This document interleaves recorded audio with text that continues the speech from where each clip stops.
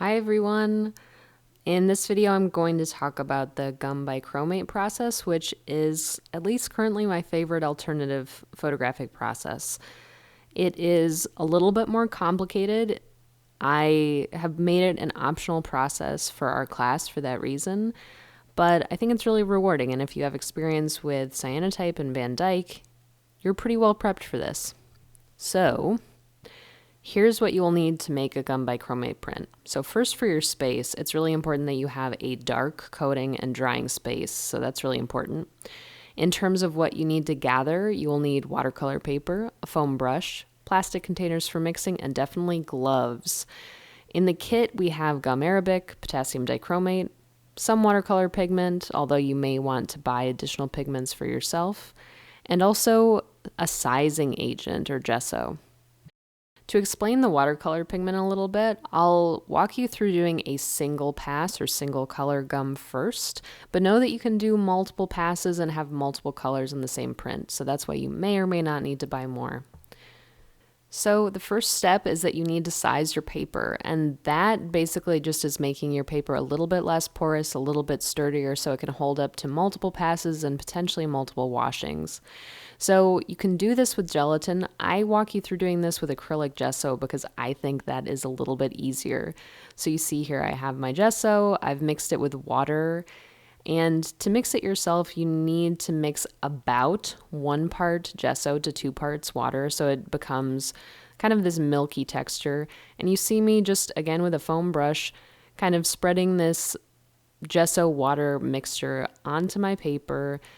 And I leave myself a little bit of a border, maybe about a 1/2 inch, so I can handle my paper. But this, again, just helps my paper be sturdier and hold up more to the process of these really long washing periods that gum requires. You should size paper at least a day, maybe more, before you plan to expose. And you see here I size multiple pieces of paper in a given session, so I'm sort of loaded up and ready to go. So after sizing, you want to let paper dry for at least several hours, maybe overnight, depending on humidity levels, and then you can move on to step 2, which is pre-shrinking the paper. So I'm going to put my already sized paper in really warm water to start, but it's not boiling, so you can see I'm able to touch it and handle it. I will add boiling water in a minute. Here's my in-process audio. I'm gonna take out the audio. I don't think you should. Really? Yeah. Leave it in. I think people will learn some from this. And then I'll add it to get it a little warmer. Can you see the steam? Yes. So the idea here is that you're pre-shrinking the paper so that if you do multiple passes and you wash it multiple times, it's already shrunk, it's not going to shrink more, so your registration will hold. So I let this sit in this really warm water for about 20 minutes, then left my paper on a rack to dry overnight. And at that point, I was ready to move on to the next step, which is actually mixing the solution, which has to be done pretty much in the dark, or as close to in the dark as you can possibly manage while still being able to see stuff.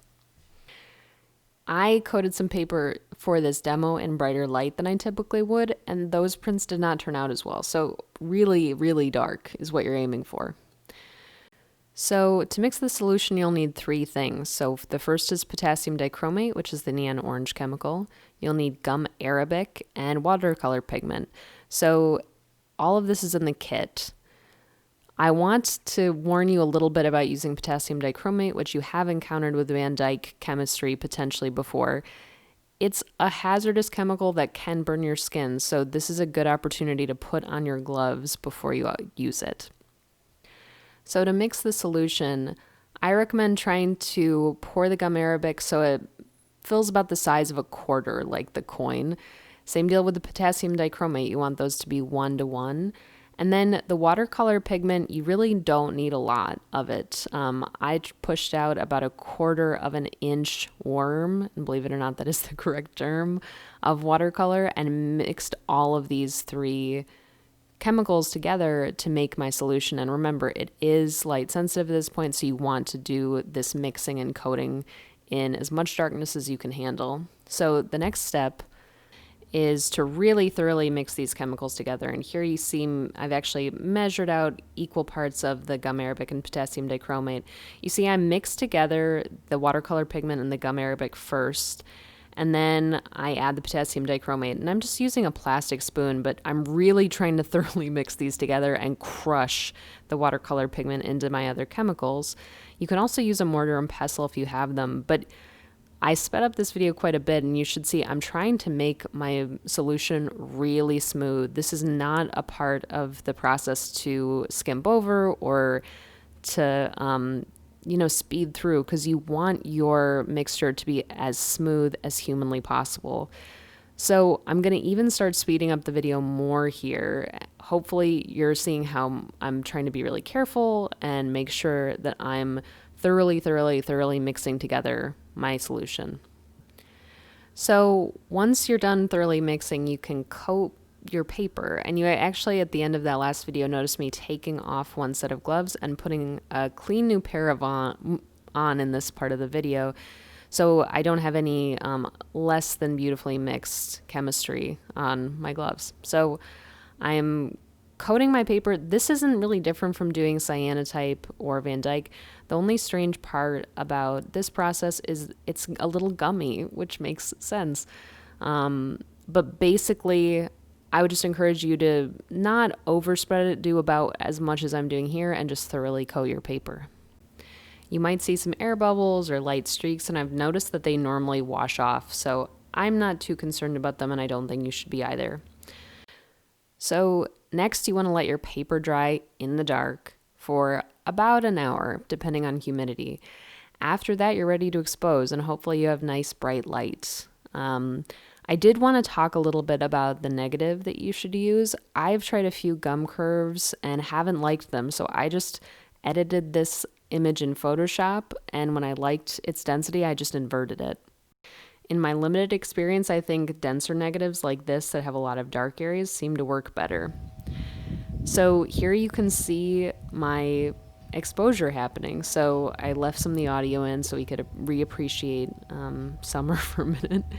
And I exposed for a range of times between 3 and 5 minutes and got some pretty good results.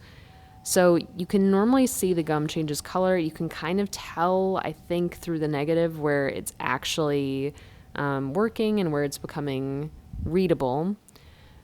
So after about, again, for me in August, 3 to 5 minutes, I got a print that looked like this. So it's a little bit like Van Dyke and some of the processes we've explored where you want it to look a little bit too dark, a little bit too dense before it goes into the first wash. So that brings me to my next point, which is washing and developing are kind of the same thing for gum. So that's also a little bit similar to cyanotype. You want to put your print in a warm water bath between like 90 and 100 degrees. So bath-ish temperature water is good. And you really need to be gentle with it. This is where gum prints are the most fragile. They could be totally wiped out if you're not careful because they're literally gummy. So you watch me in this video take one of my prints, put it in an already poured warm tray of water, and you can see I'm trying to be really gentle with it. And I would encourage you to maintain at least this level of gentleness. So really light agitation, really just trying to baby it throughout this process.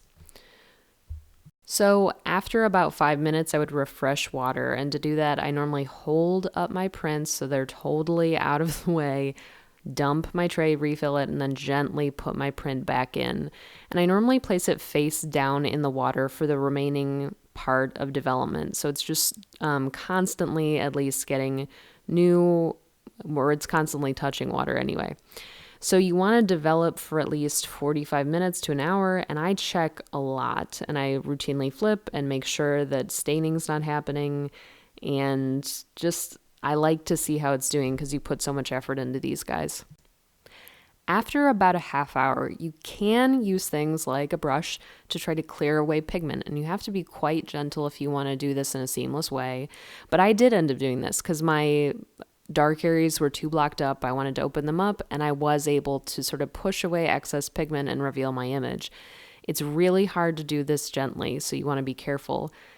Some people actually lean into this and make more expressive brush strokes that are a little bit louder, and you can also opt to do that too. You just want to be really intentional with that choice. So after my hour of water development, here's what my 3-minute exposure looks like. And just so you know, this is a solution I made using burnt sienna watercolor pigment, so that's how this looks. And here's my 5-minute exposure that I did with lamp black watercolor pigment. So this is kind of done. This is pretty resolved for a single pass gum. I have pretty good detail in my shadows. I have some detail in my highlights. And actually near the bottom border, you can kind of see, I think, some areas where I lightly brushed away excess pigment. And I did leave behind some brush strokes, but they don't bother me. So this one looks pretty good. So that's how much work it takes to make a single pass gum. It's not easy, but it's doable. So now that you know how that process works, I want to talk about the next possibility, which is making a duotone print. So this is a duotone print that I made by first doing a burnt sienna layer and then doing a cyan layer directly on top of it. So to make a duotone, you just repeat steps 3 to 7 with a different color of watercolor. So again, this is my cyan layer, and then I actually decided to do a third pass of lamp black to add more definition. So that's what this process can look like. That's a relatively straightforward way to use multiple colors in gum. The next step is that you can try to make full color gum prints, which is really challenging, but uses the CMYK color model. So as a brief explanation, here is me going through this process and making a full color gum. So you can see here's my yellow layer where I just have a really thin yellow. On top of that, I put a magenta layer, so you can see that coming in. Next, I put a cyan layer, and you can start to see it's looking a little bit more fleshed out. And to add definition again, I added a black layer. So the way that you do this is slightly more complicated. You have to make negatives that are specific to each color. So you'll end up with 4 negatives. This is mine for the color yellow. To do this, I started with my image in Photoshop and I flipped it horizontally so it would, again, be oriented correctly as a negative. I liked the color and value where they were. So my next step was to go to Image, Mode, and switch to CMYK Color. So I would now have the 4 color channels I needed.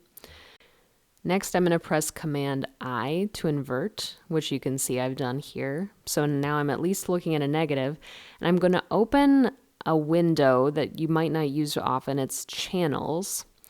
So with channels open, and I'm going to spread it down, you should see I have a cyan, magenta, yellow, and black channel. So what I need to figure out how to do is split them, and I'm going to go up to this top menu on the top right of this window, and I'll pull it up again. You see I'm circling it, and I'm going to select split channels. So immediately it's like, oh, I'm just looking at a black channel. What happened?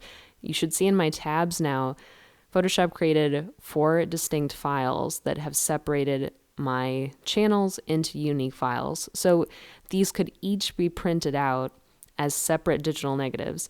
It's important to label them properly so you can see this is my magenta, this is my yellow, this is my black.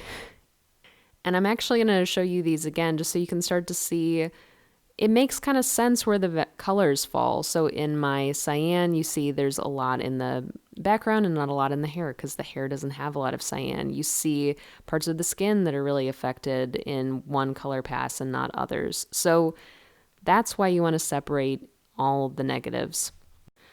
So I'm showing you a shot of this happening in exposure, but before you even worry about coating paper or exposing anything, the first thing you should do after you let your 4 digital negatives dry is to punch pins, like push pins, through all 4 negatives, and not through the negatives themselves, but maybe give yourself like a 1 or 2 inch border away from your actual image and punch through the transparency film. So that way it's easy to register them. So registration just means that you can line up the negative perfectly with the previous passes. So one thing I want to show you is on a lot of my prints that I'm going to show you, there are registration pinholes where you can see I punched each negative through the paper during exposure to make sure it was perfectly lined up with those previous passes. So I'm showing you some of the multicolor, more challenging, trying to be full color gum prints I made. Your first time out, you should definitely start simple and just aim for some nice single pass gum prints. They are definitely challenging enough, but I always want to show you where these processes can go. To linger a little bit on this final piece, I actually realized that doing 2 passes of the yellow, which I used a cadmium yellow, 2 passes of the magenta, and I actually used a carmine red. For the cyan, I did a single pass of a cobalt blue, and I ended with that black, lamp black finishing layer to sort of add definition to the hair and other outlines. So these are the different ways gum can go. I also wanted to add at the end here, you can do gum over other types of prints. The most popular types to do this on are cyanotypes. So you can see an example of that here where I added a pink layer over a cyanotype print. So feel free to take this in a bunch of different ways. Do a basic single pass, use it almost as a photo filter over a cyanotype, or aim for these really challenging but rewarding full color gum prints. Thanks, everybody.